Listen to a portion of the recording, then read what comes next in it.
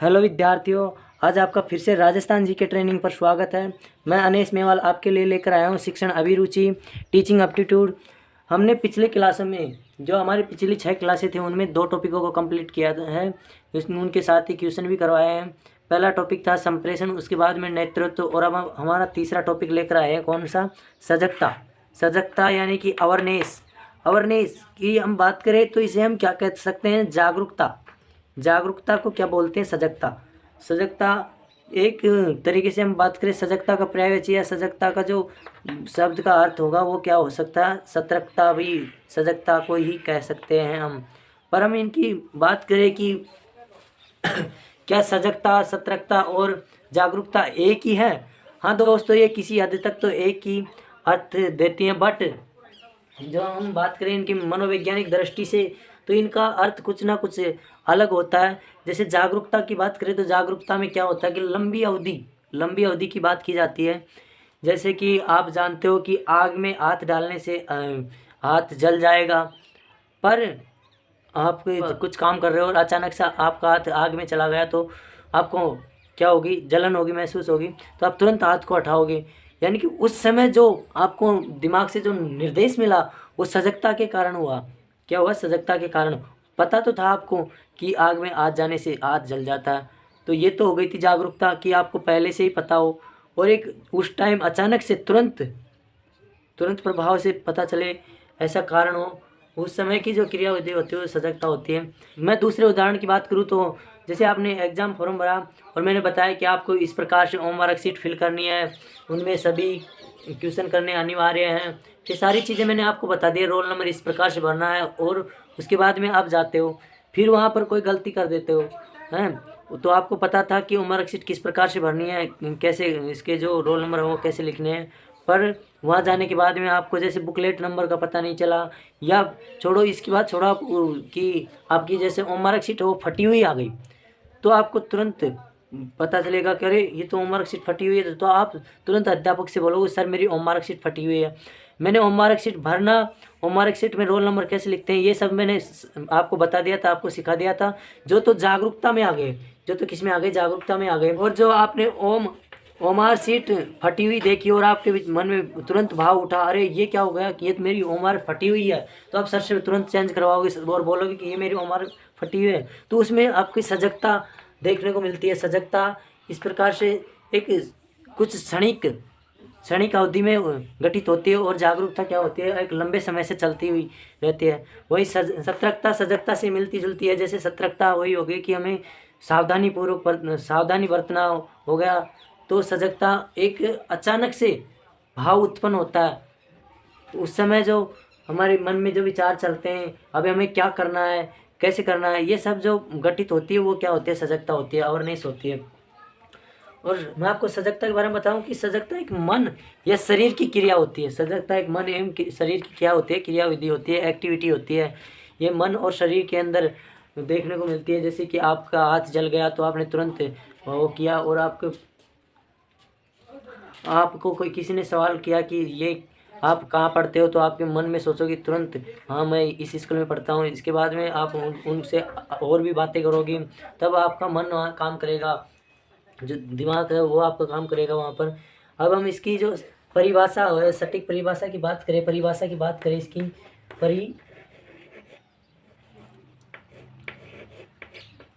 परिभाषा क्या होगी? इसकी परिभाषा हो गई अपने आसपास होने वाली घटनाओं की जानकारी होना। इसकी क्या हो गई? सजगता की जो परिभाषा हो गई वो क्या हो गई? अपने आसपास होने वाली घटनाओं की जानकारी होना। जैसे मैं आपसे एक क्वेश्चन करूं कि भारत की प्रथम आदिवासी महिला राष्ट्रपति कौन है, तो आपको आपके आसपास की जो आपके देश विदेश की जो जानकारियां हैं उनका होना आवश्यक है, आपको पता होना आवश्यक है कि हमारे जो राष्ट्रपति हैं वो जो आदिवासी पहली महिला राष्ट्रपति हैं वो कौन है। पहली हमारी जो महिला राष्ट्रपति है वो द्रौपदी मुर्मू है। तो ये आपको किस प्रकार से पता चला? क्योंकि आपने अखबार पढ़ा, अखबारों का अध्ययन किया, आपने कहीं से जानकारी ली सोशल मीडिया के तहत, तो आपको ये जानकारी कैसे पता चली? जब आप आपके आसपास की जो घटना हो रही है उनके बारे में आप जानकारी रखोगे तो ही आप कुछ चीज़ याद कर पाओगे, कुछ चीज़ों का संग्रहण कर पाते हो आप। इसके बाद में हम बात करें कि यार ये सजगता है, ये जानकारी रखना है, हम तो एक अध्यापक बनने जा रहे हैं, हमको क्या मतलब है इससे सजगता से। तो मैं बता दूं कि आपका जो अध्यापक बनने के बाद में आपका कार्य केवल यही नहीं होता कि आप एक विद्यार्थियों को अध्ययन करवाओ, उनको कुछ सिखाओ, यही आपके लिए काफ़ी नहीं होता।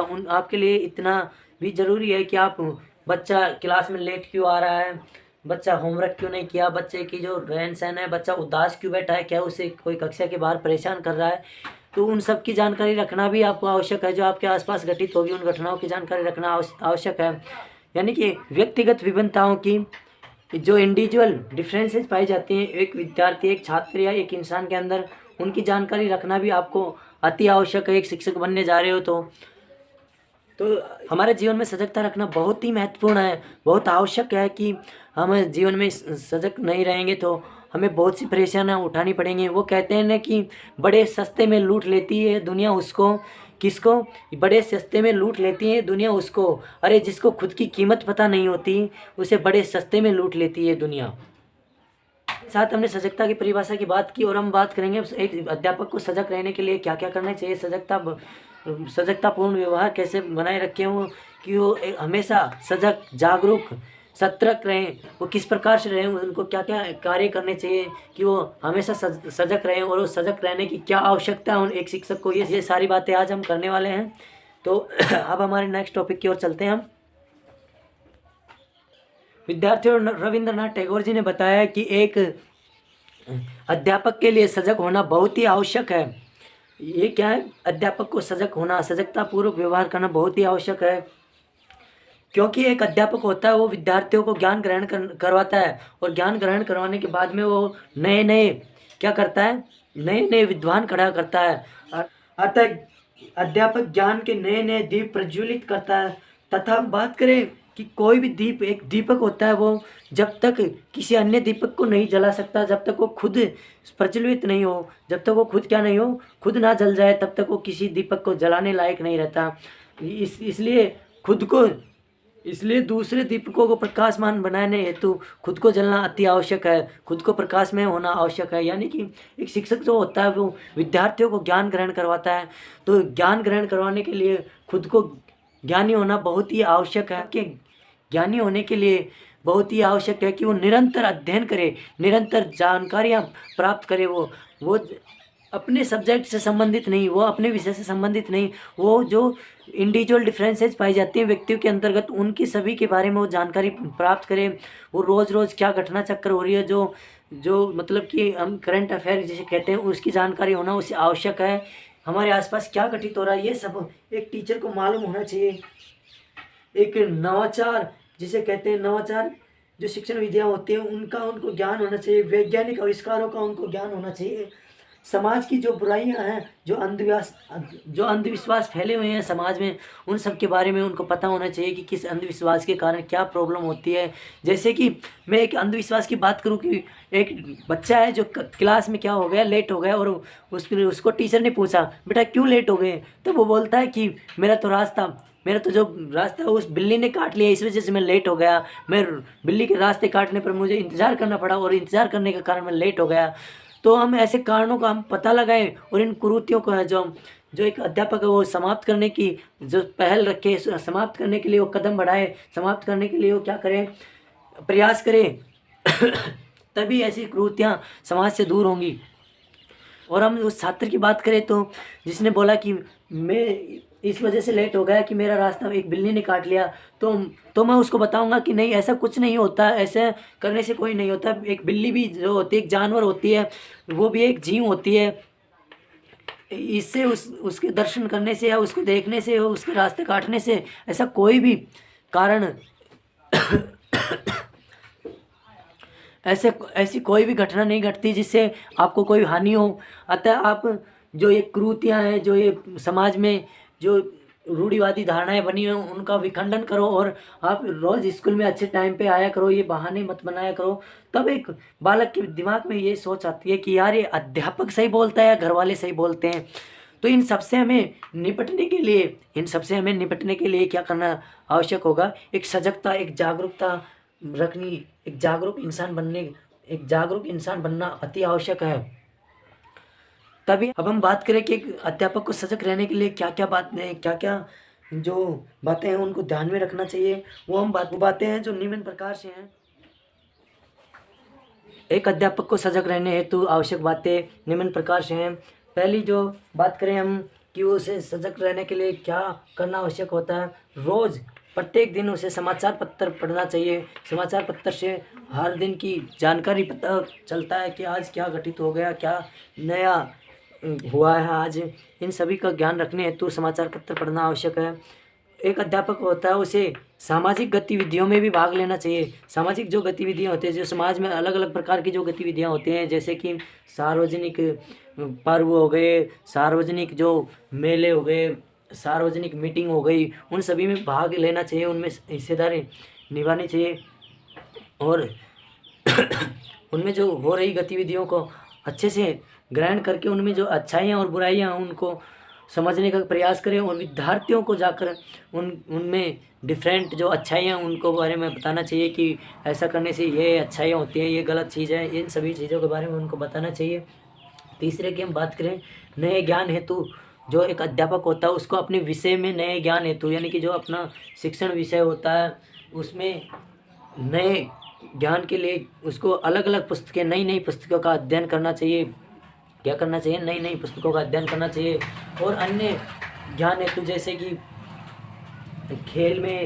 खेल को लेकर हो गया, आसपास की जो घटनाएं उनके अध्ययन, आसपास की जो घटनाएं हैं उनके जानकारी के लिए भी उन्हें क्या करना चाहिए? अध्ययन करना आवश्यक है। उसके बाद में हम बात करें कि एक अध्यापक सजग रहने हेतु और कौन से कार्य करे और किस बात का ध्यान रखें। तो चौथी बात है कि विद्यालय की सहगामी क्रियाओं में बढ़ चढ़ कर भाग लेना चाहिए। क्या करना चाहिए? जो विद्यालय की जो सहगामी, जो साथ में जो क्रियाएं होती हैं उनमें क्या करना चाहिए? भाग लेना चाहिए। जैसे कि जो हमारे राष्ट्र पर्व होते हैं, गणतंत्र दिवस और स्वतंत्र दिवस, उन पर जो कार्यक्रम होते हैं उनमें हिस्सेदारी लेना और एक विद्यालय के जो पारिवारिक मामले होते हैं, यानी कि जो विद्यालय के स्टाफ में जो कुछ उलझन है, किसी बात को लेकर परेशानी है, उन सभी में हिस्सेदारी निभाना, भागीदारी निभाना, इनमें अच्छे से आगे बढ़ चढ़ कर भाग लेना भी क्या होता है कि सजगता में सहायता प्रदान करवाता है एक अध्यापक को।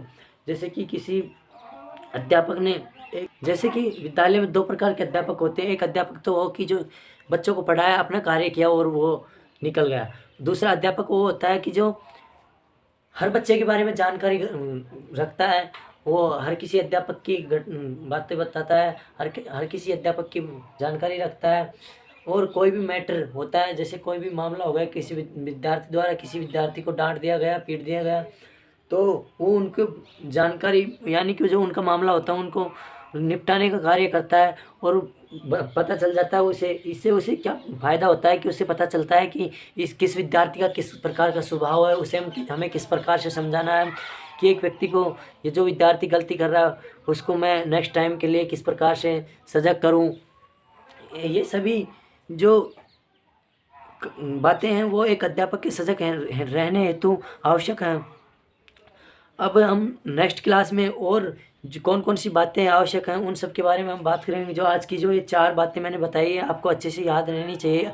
नेक्स्ट क्लास में हम उसके क्वेश्चन आंसर करेंगे और सजगता के बारे में अच्छे से अध्ययन करेंगे और भी अधिक जानकारी आपको मैं बताऊंगा इसके बारे में। आज के लिए इतना ही काफ़ी। आज की हमारी क्लास यहीं समाप्त होती है। आप हमारे साथ जुड़े रहे BSTC और PTT के लिए। मैं आपको फिर से बता दूं कि जो हमारे YouTube चैनल पर BSTC और PTT के लिए विद्यार्थियों को हमारे चैनल से जुड़े रहना है और आप जितना इस वीडियो को शेयर करें, अपने दोस्तों के साथ इसे साझा करें और हमें बताएं कि हमारा जो पढ़ाने का तरीका वो किस प्रकार का लगा। ठीक है विद्यार्थियों, आज के लिए इतना ही काफ़ी।